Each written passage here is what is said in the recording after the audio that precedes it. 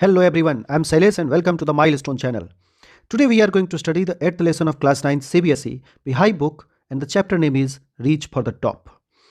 इसमें दो पार्ट्स है इस पूरे स्टोरी का। फर्स्ट पार्ट में हम पढ़ने जा रहे हैं संतोष यादव की कहानी और सेकंड पार्ट में हम पढ़ेंगे मारिया सारापोवा की कहानी। तो चलिए, संतोष यादव ने अपने लाइफ में, चूँकि एक इंडियन थी और अपने लाइफ में इन्होंने 2 बार माउंट एवरेस्ट को इन्होंने फतह किया था, उस पर इन्होंने चढ़ाई की थी और इनकी स्टोरी बहुत ही ज़्यादा इंस्पिरेशनल है, बहुत ही ज़्यादा अच्छी कहानी है। चलिए हम इसको स्टार्ट करते हैं। पहले जो कहा गया है बिफोर यू रीड में, तो इसको देखते हैं। थिंक फॉर अ वाइल, एक क्षण के लिए ज़रा सोचो। And make a list of 3 to 5 persons you idealise. Idealise का मतलब आप जिन्हें आदर्श मानते हो, आप जिनको अपना एक उसको कहें कि एक फॉलो करने योग्य व्यक्ति समझते हो। आप 3 से 5 ऐसे व्यक्तियों की लिस्ट बनाओ जिन्हें आप आइडियलाइज करते हो, जिनको आप आइडियल मानते हो, या फिर आप उनकी बहुत ही अधिक प्रशंसा करते हो, उनके अचीवमेंट्स के लिए आप उनको एडमायर करते हो। योर आइडल्स, आपके जो आइडल्स होते हैं, may be from the any sphere of life, आपके जो आपके आदर्श जो होंगे आपके जीवन में, आपने जिन्हें चुना है वो आपके किसी भी क्षेत्र के से बिलोंग कर सकते हैं, चाहे वो स्पोर्ट हो, मेडिसिन हो, मीडिया हो, आर्ट एंड कल्चर हो, किसी भी क्षेत्र से वो जुड़े हुए हो सकते हैं। Your teacher will then discuss your choices with you to find out who the top 5 idols of your class are.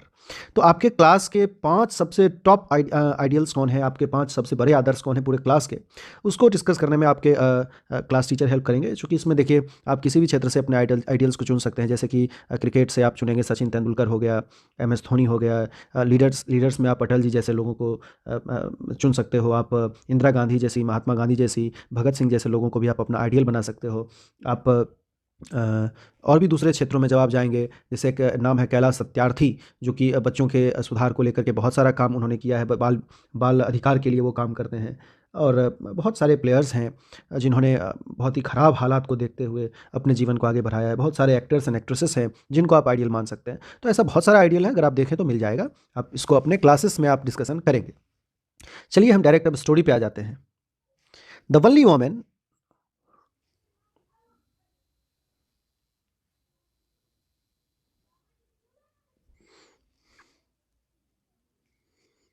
The only woman in the world who has scaled Mount Everest twice was born in a society where the birth of a son was regarded as a blessing and a daughter, though not considered a curse, was not generally welcome. कहता है कि संतोष यादव ये इकलौती ऐसी महिला है जो mount Everest को 2 बार, ट्वाइस, इन्होंने 2 बार माउंट एवरेस्ट को फतह करने का काम किया है। और ये एक ऐसी सोसाइटी से आती हैं जहाँ पर बेटे का जन्म एक ब्लेसिंग के रूप में देखा जाता था, ईश्वर के आशीर्वाद के रूप में देखा जाता था। हालांकि लड़कियों का जन्म एक कर्ज के रूप में नहीं समझा जाता था, उसको श्राप नहीं समझा जाता था, लेकिन उसको वेलकम भी जनरली नहीं किया जाता था। तो लड़कियों का जन्म भी स्वागत नहीं होता था। लड़कों के जन्म पर बहुत अधिक खुशियां मनाई जाती थी, वहीं लड़कियों के जन्म पर कोई खास उत्सव नहीं होता था। बस सिंपली उसको बस देखा जाता था कि चलो ठीक है, एक बच्चे का जन्म हुआ है। When her mother was expecting Santosh, a travelling holy man giving her his blessing, assume that she wanted a son. अब जब इसकी माँ जो है, जब एक्सपेक्ट कर रही थी कि अब संतोष का बर्थ होने वाला है, यानी संतोष यादव का जन्म होने वाला था, तो एक ट्रैवलिंग होली मैन, यानी फ़कीर जो होते हैं, जो साधु महात्मा लोग होते हैं, होली मैन का मतलब यहाँ पर साधु बाबा से लिया गया है। तो साधु बाबा ने इन्हें आशीर्वाद दिया इनकी माँ को, क्योंकि ऐसा उनको लगा, उन्होंने ऐसा एज्यूम किया। एज्यूम का मतलब थिंकिंग, सोचा साधु जी ने कि भाई इनकी, जो कि जनरली सबों की इच्छा होती है कि एक बेटा पैदा हो जाता तो ये होता वो होता, तो सबों की इच्छा होती है सन के लिए। तो उन्होंने भी सोचा कि इनकी इच्छा होगी इसकी माँ की कि इस बेटा ही हो जाए, तो उन्होंने आशीर्वाद दिया कि एक सन होगा। But to everyone surprise, the unborn child's grandmother, जो उस समय ये बच्चा पैदा नहीं हुआ था, इसकी जो दादी माँ थी, who was standing close by, जो कि बगल में ही खड़ी थी, told him that they did not want a son. वो उन्होंने कहा कि इन्हें जो है सो एक बेटा नहीं चाहिए, और इन्हें जो है सो क्या चाहिए। तो बगल में जो इसकी दादी माँ खड़ी थी, उसने कहा कि इन्हें हमें कोई बेटा नहीं चाहिए, हमें जो है सो एक पुत्री ही चाहिए। The Holi man was also surprise, वो जो होली मैन थे, वो जो साधु महात्मा थे, वो भी बिल्कुल सरप्राइज हो गए। Nevertheless he gave the requested blessing, न सिर्फ उन्होंने उस रिक्वेस्टेड ब्लेसिंग्स को उन्होंने दिया, जो आशीर्वाद देने के लिए उन्होंने कहा उसकी दादी माँ ने, वही आशीर्वाद दिया कि जाओ तुम्हें ठीक है, एक बेटी ही होगा। And as destiny would have it, और ऐसा लगा कि मानो जैसे the blessing seem to work, ऐसा लगा कि मानो भाग्य को भी वही मंजूर था और भाग्य ने भी उस ब्लेसिंग के हिसाब से काम किया, और बाद में संतोष का जन्म हुआ। Santosh was born the 6th child in a family of 5 sons. 5 बेटों के परिवार में संतोष एक छठी बेटी के रूप में, छठी ये जो थी एक सिस्टर के रूप में इनकी ये पैदा हुई। ए सिस्टर टू 5 ब्रदर्स, ये जो थी 5 भाइयों के ऊपर एक बहन थी ये, ठीक है, 5 भाई और एक बहन। तो she was born in a small village of Joniyabas of Rewari district in Haryana, और इनका जो जन्म हुआ था वो हरियाणा के रेवाड़ी डिस्ट्रिक्ट के जोनियाबास गांव में हुआ था। तो गांव का नाम जोनियाबास था, डिस्ट्रिक्ट रेवाड़ी था, और राज्य जो था वो हरियाणा था। ठीक है, चलिए आगे देखते हैं। The girl was given the name Santosh, इस लड़की का नाम दिया गया संतोष, विच मीन्स कंटेंटमेंट, जिसका मतलब होता है कंटेंटमेंट यानी सेटिस्फैक्शन, है ना, सेटिस्फैक्शन। ठीक है, तो इसका नाम दिया गया कंटेंटमेंट यानी satisfaction. But Santosh was not always content with her place in a traditional way of life, लेकिन संतोष अपने जो इसका जो पारंपरिक वे ऑफ लाइफ था, जो पुराने तौर तरीके थे जीवन जीने के, उस जीवन जीने से कभी संतोष, वास्तव में संतुष्टि नहीं इनको मिलती थी। कंटेंट मतलब होता है संतुष्ट, तो संतोष जो थी वो बिल्कुल भी संतुष्ट नहीं होती थी पौराणिक तौर तरीके से जीवन जीने में। इन्हें हमेशा ही कुछ और चीज़ों को प्राप्त कर लेने की इच्छा रहती थी। She began living life on her own terms from the start, और शुरुआत से ही संतोष ने अपने जीवन को अपने तौर तरीके से, अपने स्टाइल में उन्होंने जीने का शुरू किया था। वेयर अदर गर्ल्स वो ट्रेडिशनल इंडियन ड्रेसेस, जहाँ पर दूसरी लड़कियाँ पारंपरिक जो भारतीयों का ड्रेस होता है, गाउन या फिर सलवार सूट, ये सब जो चीज़ें होती हैं उसको वो पहना करती थी, लेकिन संतोष प्रिफर्ड शॉर्ट्स, लेकिन संतोष को शॉर्ट्स पसंद थे। लुकिंग बैक, अपने पुराने दिनों को याद करते हुए, लुकिंग बैक का मतलब यहाँ पर पीछे देखते हुए नहीं, अपने पुराने दिनों को देखते हुए, उसको याद करते हुए वो कहती हैं कि अब फ्रॉम द वेरी बिगिनिंग, शुरुआत से ही, I was quite determined that if I choose a correct and rational path the others around me had to change, not me. देखो यहाँ पर बहुत ही अच्छी बात कही गई है कि शुरुआत से मैं इस बात को लेकर के क्वाइट डिटरमाइंड, क्वाइट का मतलब होता है बिल्कुल, पूरी तरह से, डिटरमाइंड का मतलब दृढ़ संकल्पित। अगर मैं शुरुआत से ही मैं इस चीज़ को लेकर के दृढ़ संकल्पित थी कि यदि मैं किसी एक अलग रास्ते को चुनती हूँ जो कि सही हो, जो सच्चा रास्ता हो, जिसमें कोई गलती ना हो, कोई उसमें रॉन्ग चीज़ ना हो, तो मेरे आसपास के दूसरे लोगों को बदलना होगा, मैं बदलने वाली नहीं हूं। तो अगर मैंने कोई ऐसा रास्ता चुना जो करेक्ट हो, जो रैशनल हो, रैशनल का मतलब भी सही होता है, सच्चा होता है, जो ट्रुथफुलनेस से भरा हो, जिसमें रियलिटी हो, तो मेरे आसपास के दूसरे लोगों को चेंज होना होगा, ये मैं नहीं होंगी जिसको बदलना है। Santosh parents were affluent land owners, affluent का मतलब होता है वेल टू डू यानी अच्छा खासा, समृद्ध, इसको आप कहें रीच, है ना। तो संतोष के माता पिता जो थे वो एफ्लुएंट लैंड ओनर्स थे, यानी कि रीच लैंड ओनर्स थे, जिनका अच्छा खासा जमीन जायदाद था, संपत्ति अच्छी थी। Who could afford to send their children to the best schools even to the country's capital, जो अपने बच्चे को देश के अच्छे स्कूल्स में भेजने की कैपेसिटी रखते थे, यहाँ तक कि अब देश के राजधानी में भी जो बेस्ट स्कूल होता होगा उस टाइम पे, वहाँ पर भी वो भेजने की उनकी क्षमता थी। और देश की राजधानी क्या, new Delhi, which was quite close by, जो कि बिल्कुल नज़दीक में ही था, जो कि आप सब जानते हैं कि हरियाणा के तो पड़ोस में ही है ना न्यू दिल्ली। तो but in line with the prevailing custom in the family, Santosh had to make do with the local village school. देखो यहाँ समझो, कहता है कि बट इन लाइन विद का मतलब इन अकॉर्डेंस विथ, के अनुसार, है ना, के अनुसार का मतलब क्या, अच्छा, प्रिवेलिंग कस्टम का मतलब क्या, जो पारंपरिक रीति रिवाज, जो पहले से जो चली आ रही है रीति रिवाज परिवार में, कि भाई लड़कियों को ज़्यादा बाहर नहीं भेजना है पढ़ने के लिए, आसपास में प्राइमरी में कहीं पढ़ ले तो पढ़ ले, नहीं तो वो भी नहीं, है ना। तो ये जो कल्चर को फॉलो करते हुए आ रहे थे उसके परिवार में, तो संतोष को भी काम चलाना पड़ा, हैड टू मेक डू मतलब क्या, यहाँ पर काम चलाना पड़ा लोकल विलेज स्कूल से ही। तो संतोष को भी गांव के लोकल विलेज स्कूल से काम चलाना पड़ा, क्योंकि गांव में लड़कियों को आगे भेजने का कोई सिस्टम नहीं था।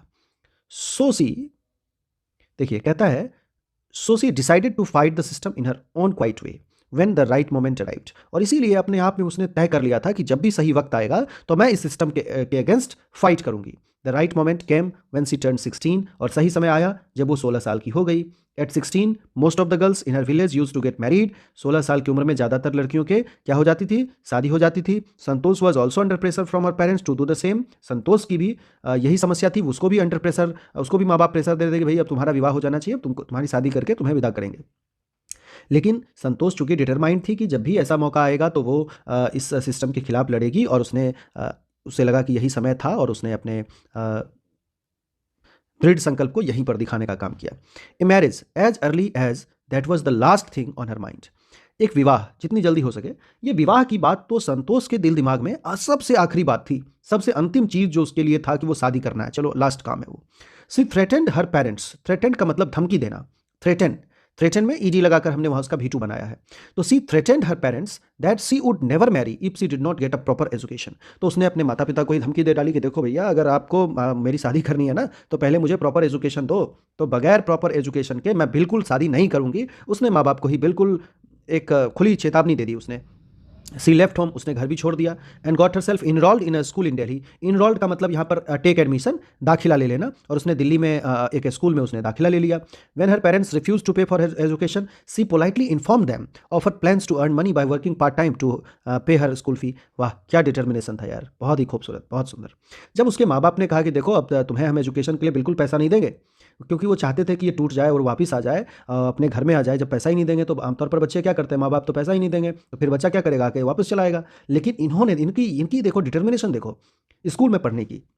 इन्होंने बहुत ही पोलाइटली अपने माँ बाप को ये इन्फॉर्म किया कि देखिए मैंने ये सब प्लानिंग कर रखी है, मैं पार्ट टाइम जॉब कर लूँगी ताकि मैं अपने स्कूल को पे कर सकूँ, है ना। तो काम करने का भी सारा प्लानिंग इन्होंने अपने माँ बाप को भेज दिया।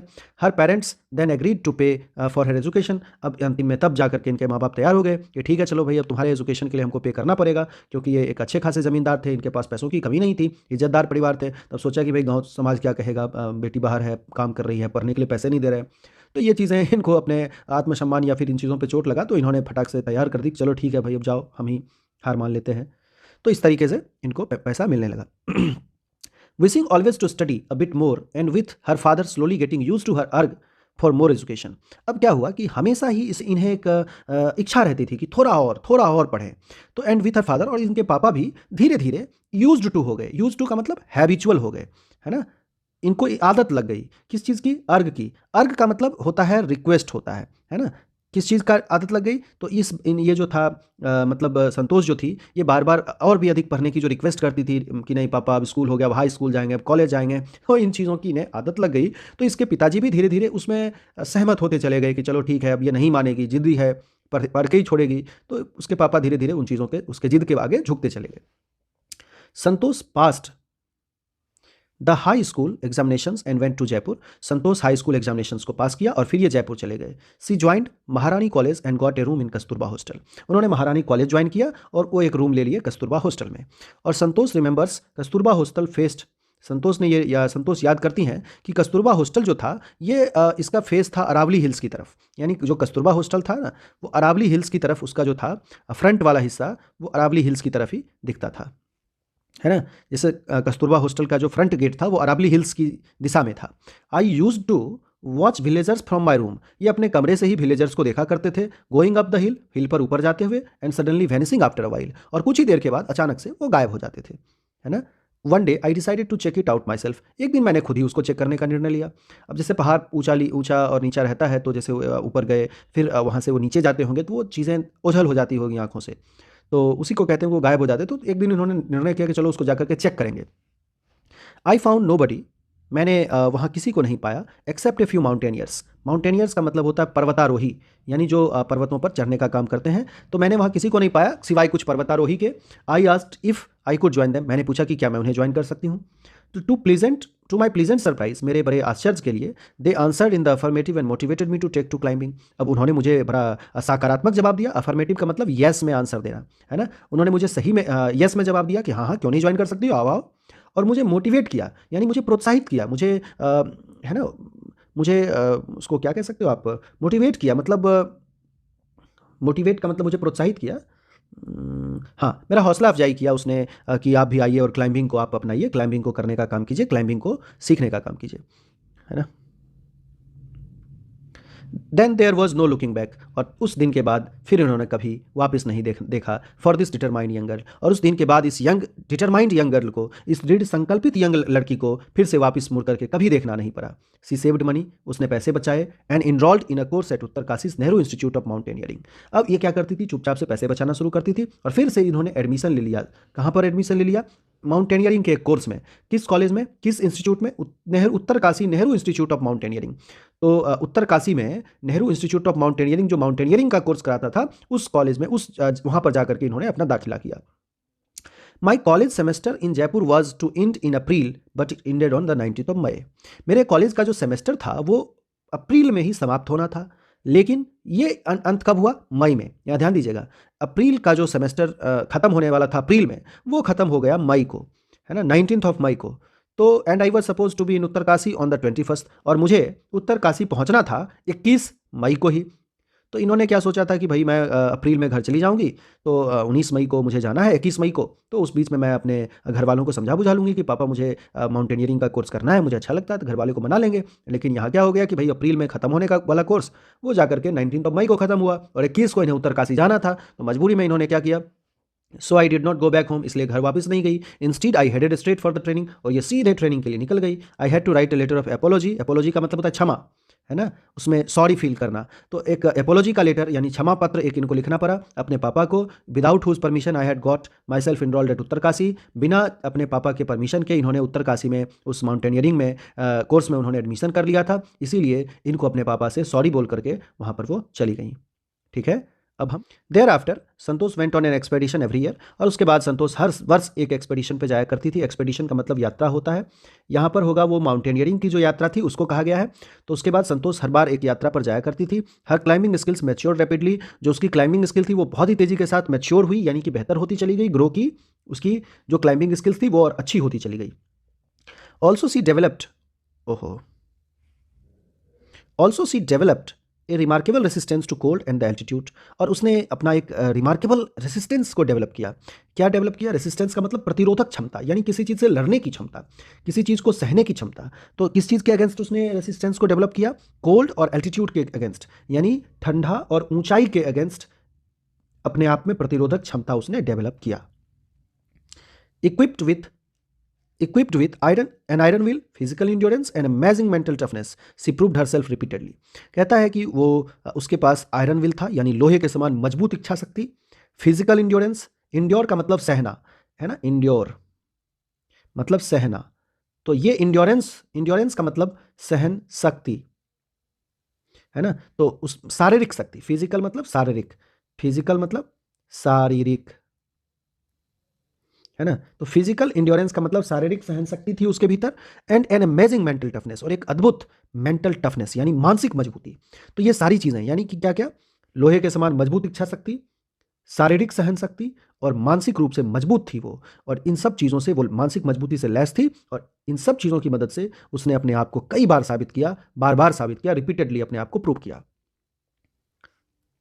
The culmination of her hard work and sincerity came in 1992। जो उसके हार्डवर्क की और सिंसेरिटी का जो अंत था ना, वो एकदम 1992 में देखने को मिला।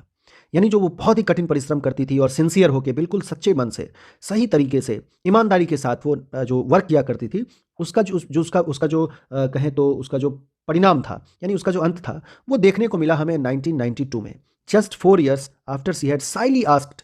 देखो साइली का मतलब होता है, देखो SHY मतलब होता है शर्मीला, और इसमें LY लग गया तो इसमें इसका मतलब हो गया शर्माते हुए, है ना।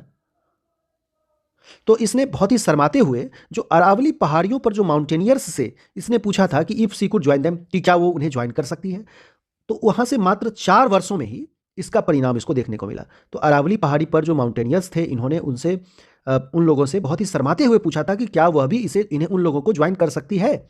तो उस चीज के मात्र 4 वर्षों के अंदर अंदर उसका परिणाम देखने को मिला।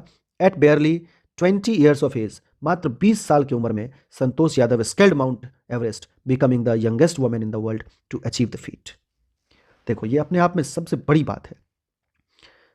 बेयरली का मतलब मुश्किल से, है ना, मुश्किल से 20 साल की उम्र में संतोष यादव ने माउंट एवरेस्ट को फतह करने का काम किया। दुनिया की सबसे कम उम्र की महिला, सबसे कम उम्र की लड़की बनी जो इस फीट को, यानी इस ऊंचाई को, इस उपलब्धि को जिसने हासिल किया, है ना। तो ये थी Santosh Yadav. If her climbing skills, physical fitness and mental strength impressed her seniors, her concern for others and desire to work together with them found her a special place in the hearts of fellow climbers।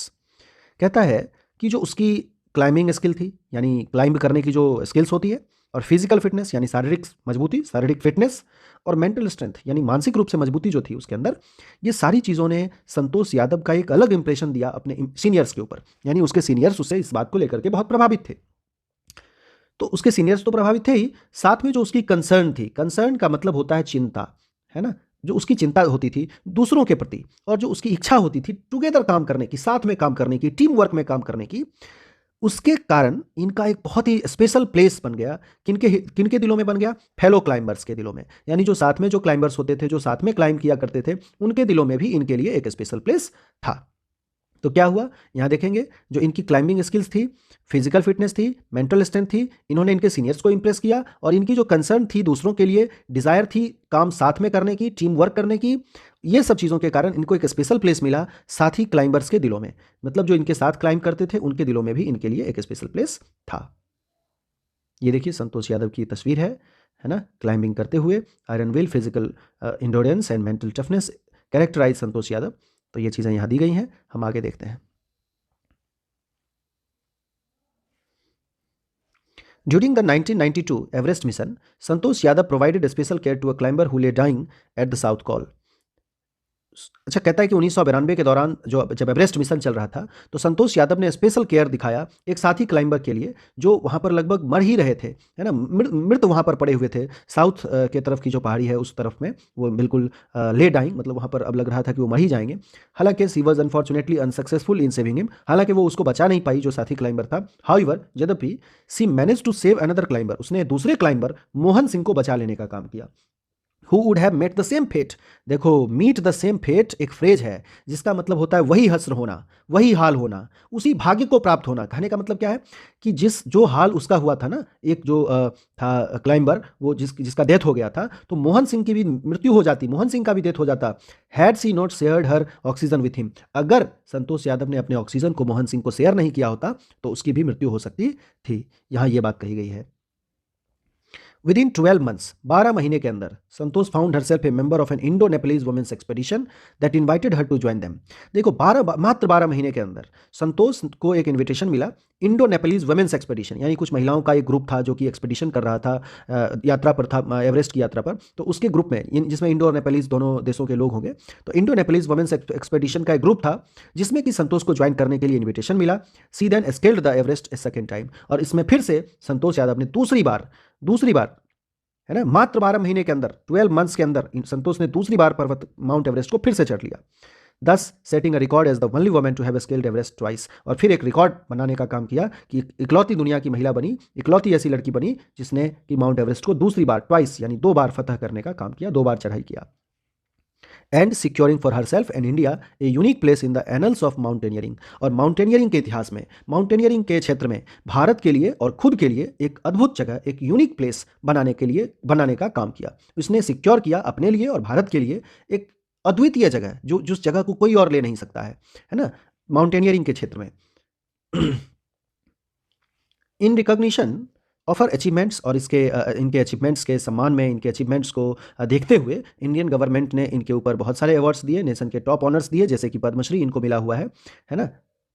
अब आगे देखते हैं। Describing her feelings when she saw literally on the top of the world, वो अपने feelings को describe करते हुए जब वो दुनिया के टॉप पर थी। On the top of the world का मतलब है कि माउंट एवरेस्ट के टॉप पर जब वो चढ़ गई थी, तो संतोष ने कहा था कि it took some time for the enormity of the moment to sink in, कुछ समय लगा, कुछ देर लगा, ऐसा एक क्षण के लिए मानो ऐसा लगा कि मैंने उस समय की संपूर्णता को प्राप्त कर लिया है। एक क्षण के लिए ऐसा लगा कि मानो जैसे मेरा जन्म ही जिस मकसद के लिए हुआ था मैंने वो कर लिया है। तो उस समय की जो महानता थी, उस समय के महानता को मैंने एहसास करने का काम किया उस समय, और मैं उस क्षण में एकदम से डूब गई, बिल्कुल कहे तो ऐसा कहने का अर्थ है। सिंक इन का मतलब डूब जाना। वो जो क्षण था ना, मैं उसमें खो गई बिल्कुल, कि मैंने ये जो मैं अपने करना चाहती थी वो मैंने अचीव कर लिया है। देन आई अनफर्ल्ड, फिर मैं उस ख्याल से बाहर आई तो मैंने अनफर्ल किया, यानी फहराने का काम किया। क्या फहराया? द इंडियन ट्राई कलर, वही अपना सबसे प्यारा तिरंगा। तो मैंने अपने तिरंगे को फहराने का काम किया। Held in A loft of the roof of the world, और अपने हाथ में इसको लहराने का काम किया जो पूरे वर्ल्ड के रूफ पर, यानी कहने का मतलब कि माउंट एवरेस्ट के सबसे जो पहाड़ों के सबसे ऊंचा जो चोटी होता है एवरेस्ट, उस पर मैंने अपने देश के तिरंगे झंडे को फहराने का काम किया। द फीलिंग इज इनडिस्क्राइबेबल, और ये जो भावनाएं हैं ना, इसे डिस्क्राइब नहीं किया जा सकता है, इसे बताया नहीं जा सकता है। The Indian flag was flying on the top of the world, Indian flag उस समय लहरा रहा था पूरे दुनिया के सबसे ऊंचे हिस्से पर। It was truly a spiritual moment, और मेरे लिए ये बहुत ही धार्मिक क्षण था, यहाँ पर कहें तो बड़ा भावनात्मक क्षण था, मुझे अंदर तक मुझे इंस्पायर कर देने वाला क्षण था। I felt proud as an Indian, और मैंने अपने आप को भारतीय होने पर गर्व महसूस किया। As a fervent environmentalist, fervent का मतलब एक जागरूक कहें, एक सजग कहें, तो एक बहुत ही जागरूक इन्वायरमेंटलिस्ट भी थी संतोष यादव। संतोष यादव एक अच्छे इन्वायरमेंटलिस्ट होने के नाते क्या किया? कलेक्ट किया और नीचे लाया 500 kilograms of garbages from the Himalayas. तो हिमालय के चोटी के ऊपर से जो 500 किलोग्राम्स ऑफ गार्बेजेस यानी कचरों का 500 किलो का ढेर इन्होंने कलेक्ट करके, जो हिमालयस पर बिखरे हुए थे, इनको उन्होंने कलेक्ट करके नीचे लाने का काम किया। तो वहाँ पर इन्होंने साफ सफाई का भी पूरा ख्याल रखा, जिनसे इसकी एक अलग पहचान बनती है। तो ये था बच्चों संतोष यादव का चैप्टर। निश्चित रूप से मुझे लगता है कि आपको समझ में आ गया होगा। संतोष यादव जिन्हें जो एक लड़की थी, और ख़ास करके उस समय इंडिया में लड़कियों को किस तरीके से महत्व दिया जाता था, उसको पारंपरिक चीज़ों में उलझा करके रखा जाता था, ज़्यादा पढ़ने का अवसर नहीं दिया जाता था, लेकिन उसके बावजूद भी संतोष यादव ने कर दिखाया वो जो उसे करना चाहिए था। तो संतोष यादव की यह स्टोरी यहीं समाप्त होती है। हम आपको फिर मिलेंगे इसके अगले ही पार्ट में, है ना, जिसमें हम पढ़ेंगे मारिया शारापोवा के बारे में, और वह भी एक लड़की थी, और किस प्रकार से उसने अपने जीवन में संघर्षों का साथ नहीं छोड़ा और अपने अचीवमेंट को उसने प्राप्त किया। तो चलिए हम यहीं पर आज इस स्टोरी को एंड करते हैं, फिर मिलते हैं अगले लेसन में। तब तक के लिए thank you very much for watching the whole video and keep supporting us, keep loving us, and please like, share and subscribe the channel and share the channel so that more and more students take the benefit from the channel. Thank you so much everybody.